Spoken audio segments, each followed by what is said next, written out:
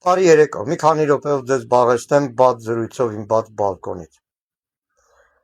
Երեկ եւ այսօր Ստրասբուրգում եւ Երևանում Նիկոլ Փաշինյանի մի քանի հայտարարություններ, աղմկոտ հայտարարությունները վերաբերում էին իրականում Հայաստանի եւ Ադրբեջանի միջև նախաստորագրված փաստաթղթին, որն իշխանությունը այս ամիսներին փորձում էր ներկայացնել խաղաղության համաձայնագիր։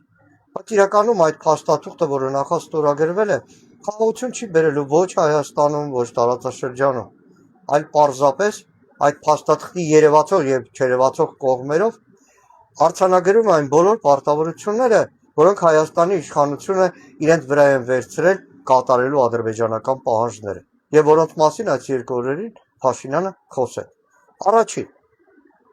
Հայաստանի անկախության հռչակագրի տեղը Հայաստանի սահմանադրության մեջ։ Այսօր էլի հերթական անգամ Փաշինյանը հայտարարեց, որ նախագիծը, որ դեռ պատրաստ չի,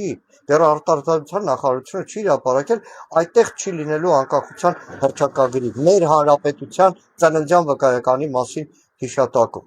Իսկ դուք հիշում եք ով էր այդ մասին խոսում, ով էր պահանջում, որ վերանա անկախության հռչակագրի հիշատակումը։ Այո, մի քանի տարի շարունակ դրա մասին խոսում էր Ադրբեջանը, Հայաստանի իշխանությունն էլ հոխորտում էր։ Վերջում տեսանք ինչ եղավ, Ադրբեջանի պահանջը կատարում է եւ երբական անգամ Փաշինյանը վերահաստատեց, որ կատարելու եմ Բաքու ջան ձեր պահանջը։ Երկրորդ, հայ առաքելական եկեղեցու դեմ անցնող ամիսների հարձակումները,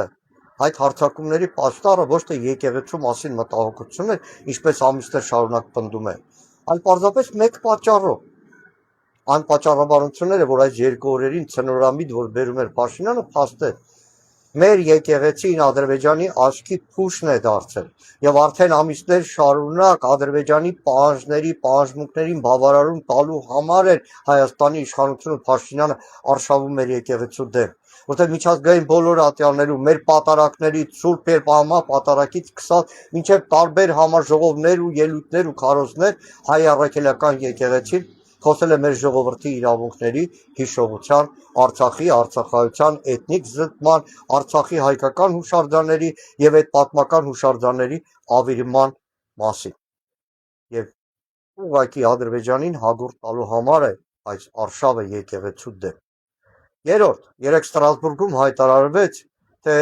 մենք խաբված էինք իրականում, որ մտածում ենք, թե Հայաստանի անկախության երաշխավորը Հայաստանի զինված ուժերն են։ Եվ իրականում այդպես եղել է 35 տարի մինչև Նիկոլ Փաշինյանը։ Ստրասբուրգում նա հայտարարեց, որ զինված ուժերը չեն մեր անվտանգության երաշխավորը, այլ ռեզերվ է։ Պատկերացնում եք, ոչ թե անվտանգություն է երաշխավորում, այլ ռեզերվ է։ Ու հիշեք, որ տարիներ շարունակ Ադրբեջանը խոսում էր պատերազմից հետո Հայաստանի զինված ուժերի սահմանափակման, սպառազինությունների սահմանափակման, սա կարելի է, սա չի կարելի տոնայնությամբ։ Հիմա այդ նույն տրամաբանությամբ Հայաստանից Ադրբեջանին ասում է, գիտես, մենք ռեզերվիստ ենք համարում մեր զինվորականներին եւ ոչ թե մեր անվտանգությունը երաշխավոր։ Ու վերջապես Հայոց ցեղասպանության թանգարան ինստիտուտի տնօրենի աշխատանքից ազատելը, որն այսօր ուղղակի բացահայտ Փաշինյան հայտարարեց, որ ինքն է նախաձեռնել, որովհետեւ տեսեք, թանգարան ինստիտուտի տնօրենը Արցախի մասին գիրք է նվիրել Միացյալ Նահանգների փոխնախագահին։ Նախ դրա մասին գրեթե որևէ մեկս տեղյակ էլ չենք։ Դրա մասին անգամ աղմուկ չկար Ադրբեջանից բողոք էլ չկար։ Ապա ինչու Փաշինյանն ասաց, որպեսի հերթական անգամ շատ ավելի ծառայամիտ Բաքվին ցույց տա, թե ինքը ինչքան նախանձախնդիր է մեր ժողովրդի արժանապատվության, մեր ժողովրդի հիշողության, մեր իրավունքների մասին խոսելը ուղղակի Հայաստանում արգելելու, որտեղ այդպիսի դրույթ կա նաև Ադրբեջանի հետ նախաստորագրված փաստաթղթում։ Այսպես ուղղակի ինքը շատ ավելի կաթոլիկ է փորձում ներկայանալ, քան կաթոլիկը, շատ ավելի ծառայամիտ Ադրբեջանի, քան Ադրբեջանը կարող էր մտածել իր շահերը պաշտպանելու։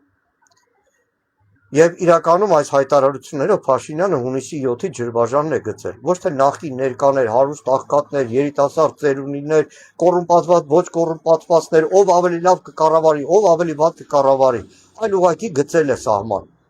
Մարդիկ քվեարկում են, ովքեր կողմ են Հայաստանի ծննդյան վկայական անկախության հռչակագրին ու մեր անկախության գաղափարներին, ովքեր մեր ժողովրդի հիշողության, պատմության, անցյալի եւ այդ անցյալի վրա ապագայի տերն են, ովքեր անարդարությունները մեր ժողովրդի դեմ չեն մոռանում, թե մարդիկ, որոնք ուղղակի մանկուրտի պես լռելու են ամեն ինչ եւ ինչ պահանջի Ադրբեջանը, այս իշխանությունը ոնց որ փորձում է պարտադրել մեր ժողովրդին, այդպես էլ անելու է։ Եվ ընտրությունը ամեն մեկինս է, մեր բոլոր հայրենակիցներին, չմասնացողն էլ է այս երկընտրանքի մաս կազմում։ Լավ լինեք։